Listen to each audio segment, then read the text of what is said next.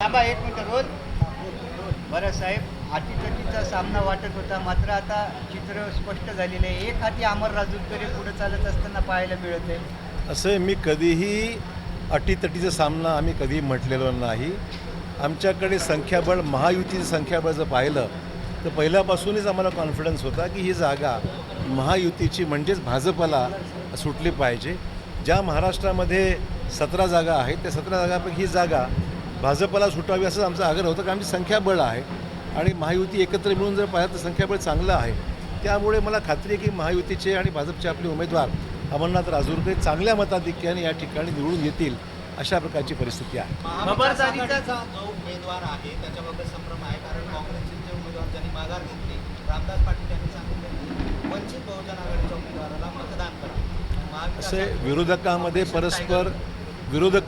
परस्पर एवढा समन्वयाचा अभाव आहे की त्यांच्यातच आपसात फार गोंधळाची परिस्थिती आहे.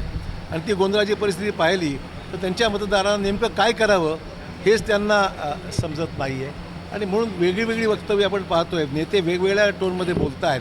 आणि म्हणून मला वाटतं की त्यांच्यातली असलेली गोंधळाची परिस्थिती, महायुतीचं जबरदस्त गठबंधन महाराष्ट्रामध्ये आणि तिन्ही पक्षाचे असलेलं इतकं सामंजस्य, यातून आमच्या सर्व जागा 16च्या आमच्या 17 जागापैकी 6 जागा बिनविरोध आल्या. 11 जागा ज्या आहेत, उर्वरित 11 जागासुद्धा चांगलं यश आम्हाला महाराष्ट्रात मिळणार आहे. उद्धव ठाकरेंचं नेतृत्व कमी पडते का? कारण दुसऱ्यांदा शिवसेनेत होताना पाहायला मिळते. खासदारांचा एक गट त्यांच्याकडं लोकसभा अध्यक्षाकडे गेलेला आहे. तर त्यांच्यातला हा अंतर्गत विषय, आम्हाला त्यात काही स्वारस्य नाही आहे. मग ते शिवसेनेमध्ये जे अंतर्गत जे काही सुरू आहे, त्यांचे जे खासदार आता वेगळा गट स्थापन करण्याच्या एकंदरीत हालचाली दिसत आहेत, त्यामुळे हा त्यांचा इंटरनल विषय, आमचं काही त्याच्यात रोल नाही आहे किंवा आमचं काही त्याच्यामध्ये.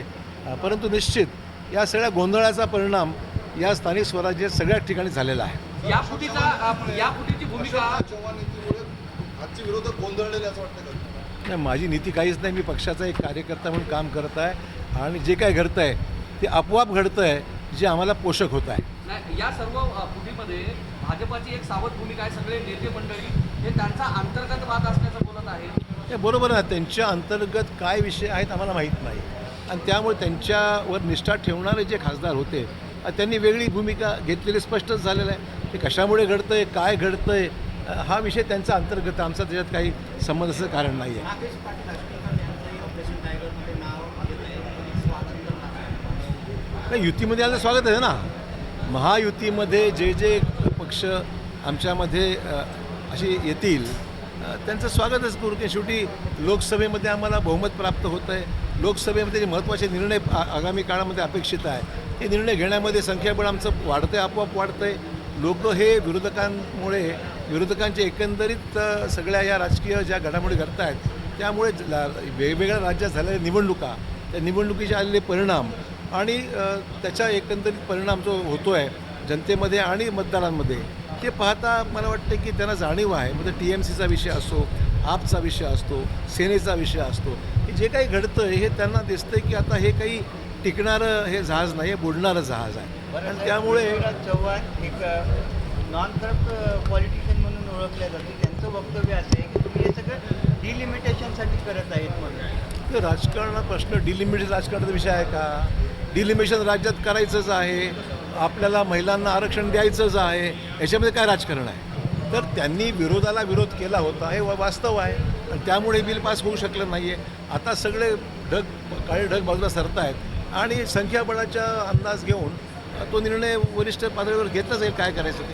साहेब, MIMचा किती प्रभाव तुम्हाला या निवडणुकीत पाहायला मिळणार आहे? 20 मतं आहेत कारण आम्ही काही, आमचं काही त्यांच्याशी संपर्क नाही किंवा त्यांच्याशी आमचा कुठलाही संवाद नाही आहे. त्यामुळे त्यांनी सदसद्विवेक बुद्धीला विचार करून ते निर्णय घ्यावा योग्य वाटेल तो. 300 प्लस होईल की 350 प्लस होईल? आपकी बार 412.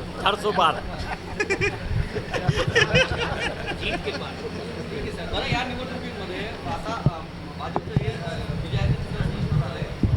नांदेड जिल्ह्याकडं विधान परिषद झाल्यानंतर पालकत्व येणार आहे असं समजतं, काय समजत आहे? मला यातली काहीच माहीत नाही. ज्या गोष्टी मुख्यमंत्र्यांच्या अखत्यारीत असतात मी भाष्य करणं उचित नाही आहे. हा निर्णय वरिष्ठ पातळीवर जे जे योग्य ते घेतीलच.